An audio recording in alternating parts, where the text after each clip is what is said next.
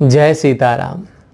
प्यारे साथियों, एक बात बहुत ही महत्वपूर्ण है जिस पर कि आज हम लोग यहाँ इस वीडियो में चर्चा करेंगे कि भगवान की शरण ले लेने से फिर अपने में दुर्गुण दुराचार का आना संभव नहीं है।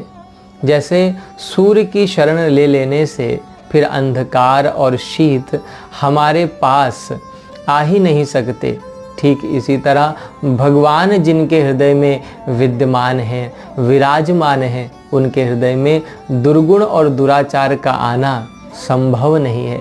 वहाँ तो फिर सद्गुण और सदाचार ही आते हैं। जैसे सूर्य के आश्रय में गर्मी और प्रकाश स्वाभाविक ही आते हैं, ठीक ऐसे ही भगवान की शरण ले लेने पर बिना प्रयास ही स्वाभाविक ही जो है सद्गुण और सदाचार जीव में आ जाते हैं, क्योंकि भगवान वस्तुतः समस्त गुणों के धाम हैं, सकल गुण धाम राम। अब आप देखें कि यदि भगवान के आश्रित होने पर भी दुराचार दुर्गुण के भाव मन में आ रहे हैं तो हमको चाहिए कि हम हे नाथ कृपा करो, मैं आपके आश्रित हूँ, इस प्रकार से प्रभु का स्मरण करें। और ऐसा करते ही आप अनुभव करेंगे कि भीतर उठे जो दुर्गुण और दुराचार के भाव हैं वे शांत हो रहे हैं। प्यारे साथियों, भगवान की शरण हो जाने पर सच पूछिए तो फिर किसी भी प्रकार की कोई चिंता नहीं रहती। चिंता, भय, शोक आदि का तो समूलतः नाश ही हो जाता है। और भगवान की शरण ले लेने पर ये सब चीज़ें हो जाएं, इसमें तो कहना ही क्या है। भगवान के प्रेमियों के संग से भी ये चीज़ें हो जाती हैं। उनकी शरण से, प्रेम से, उनकी दया से यह सब स्वाभाविक ही हो जाता है, क्योंकि भगवान की दया के तत्व को, भगवत तत्व को जो उनके भक्त समझ जाते हैं, उनमें भी फिर वह दया, गंभीरता, शांति, सरलता, सौम्यता अपने आप ही प्रकट हो जाती है। और इसीलिए आप देखें कि साधु महात्माओं के दर्शन मात्र से ही नेत्र किस प्रकार से गुलाब के पुष्प की तरह खिल उठते हैं, नेत्र चूने लग जाते हैं, एक प्रकार से झूमने लग जाते हैं। अब हम लोग तो प्रेम के नाम पर यत्किंचित चेष्टा करते हैं, और आजकल तो पता नहीं लोग क्या क्या कर रहे हैं प्रेम के नाम पर, परंतु वास्तव में क्या वह प्रेम है, इस पर हमको विचार करना चाहिए।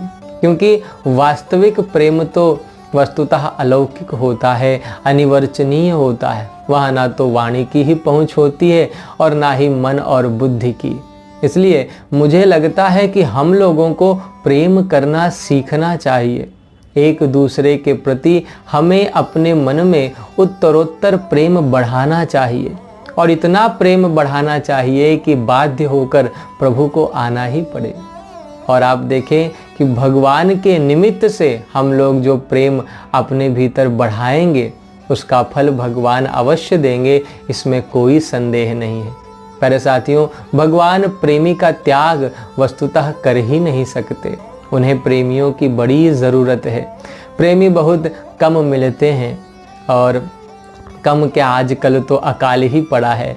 इसलिए सर्वस्व देने पर भी यदि एक रत्ती भर प्रेम मिले तो अपना सर्वस्व देकर भी जो उस प्रेम को पा लेता है वही वास्तव में सच्चा पुरुष है। प्यारे साथियों, रत्न का वास्तविक मूल्य तो जोहरी ही जानता है। लाख रुपयों के हीरे माणिक का भीलनी 4 पैसा भी नहीं देती, क्योंकि वह सोचती है कि ये तो कांच के टुकड़े हैं, मैं इनका क्या करूँगी, ये मेरे किस काम के। अतः भगवान प्रेमी को पहचानते हैं, उसका आदर करते हैं और उससे बहुत प्रेम करते हैं। तभी तो वे गीता में कहते हैं कि अहम भक्त पराधीनो, मैं अपने भक्तों के अधीन हूँ, प्रेमियों के अधीन हूँ। इसलिए आइए हम सब भगवान के शरणागत हो जाएं, और शरणागत होते ही आप अनुभव करेंगे कि प्रभु की कृपा से भीतर के सारे दुर्गुण दुराचार जा रहे हैं और आप सुखी हो रहे हैं, मस्त हो रहे हैं।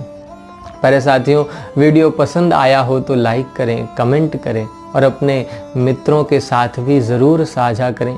हमसे जुड़ने के लिए चैनल को सब्सक्राइब करें ताकि भविष्य में भी आप इसी प्रकार से और अच्छे अच्छे वीडियोस जो है देख सकें, सुन सकें। आपसे फिर मुलाकात होगी अगले वीडियो में। तब तक के लिए जय सीताराम।